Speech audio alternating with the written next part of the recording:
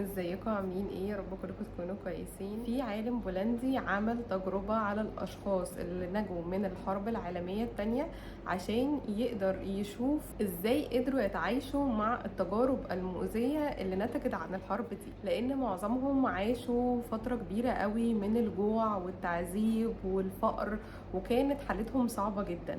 بس المفاجأة ان العالم البولندي ده لقى نتيجة مختلفة تماما عن اللي كان متوقعه. هو لقى ان الناس اللي خرجت من الحرب دي اشخاص مختلفة تماما عن اللي كانت قبل كده. لقى اشخاص قوية، اشخاص رحيمة باللي حواليها، اشخاص حبت الحياة وعرفت معنى الحياة الحقيقي.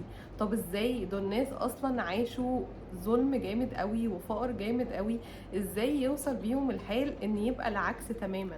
ده لدرجة كمان ان الاشخاص دي بقوا بيقدروا الوقت الحلو وبيضحكوا وبيحبوا ان هم يتبسطوا.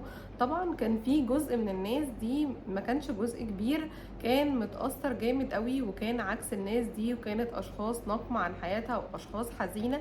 بس كان الجزء الاكبر هي الاشخاص اللي عايزة تفرح، اللي عايزة تتبسط، اللي عايزة تقدر نعمة الحياة بجد. ولما قعد مع الناس دي لقى ان على قد الوجع والألم والقهر اللي هم حسوا بيه، هم قدروا الحياة اكتر، لان عرفوا معنى كل الحاجات الحلوة، لان هم افتكروها في الفترة دي، ما كانوش لاقيينها، فكانوا عايزينها قوي ومتشوقين ليها جدا. فاول ما خلصت الحرب وهم نجوا منها، قالوا لا، احنا لازم نحس بنعمة الحياة ونقدرها اكتر ما احنا كنا قبل كده. ده حتى في منهم ناس هم بنفسهم بيقولوا ان احنا قبل الحرب كانت شخصياتنا وحشة جدا، وشخصياتنا دايما ما بتحبش تقعد مع اهلها ومش بنتبسط ودايما كارهين حياتنا. بعد الحرب شخصياتنا بقت حاجة تانية مختلفة. المقصود هنا ان على قد ما الألم ووجع كبير قوي حصل في حياتك، على قد ما التغيير الجذري اللي هيحصل هيكون قرارك انت. انا عارفة ان اللحظة اللي بتحس بيها بألم في قلبك ووجع وتسأل نفسك هو ليه بيحصل لي كده؟ طب هو ليه بعد فترة انا بحاول اقوم واتعايش بس برضو بلاقي نفسي بقع في نفس الحتة مرة تانية؟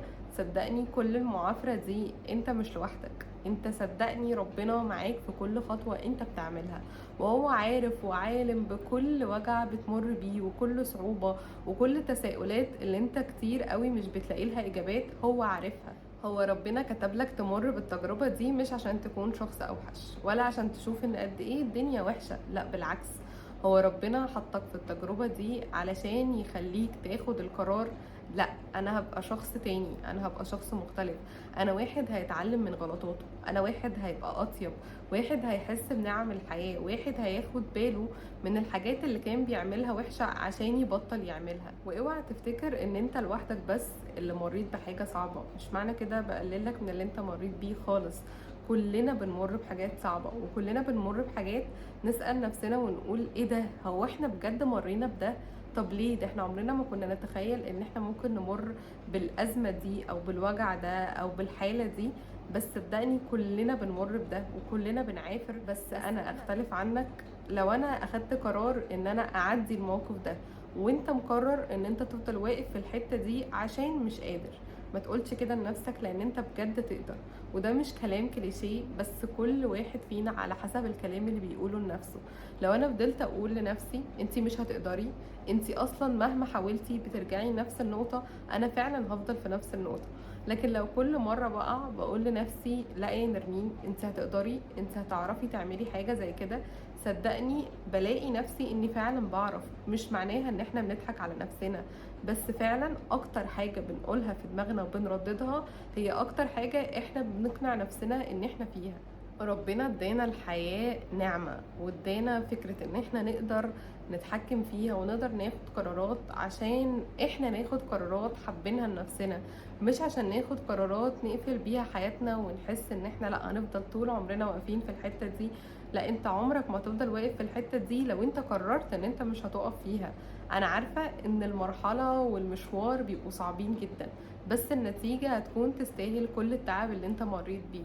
واوعى تفتكر ان معنى كلامي ان انت تظلم نفسك وما تديهاش الحق في انها تحزن وتتألم، بالعكس، اديها كل وقتها في الحزن والألم، بس ما تخليش الحزن والألم ده يطول. وزي ما اديتها حقها في الحزن والألم، اديها حقها في ان هي تقوم من تاني. اشوفكم يوم تاني ان شاء الله.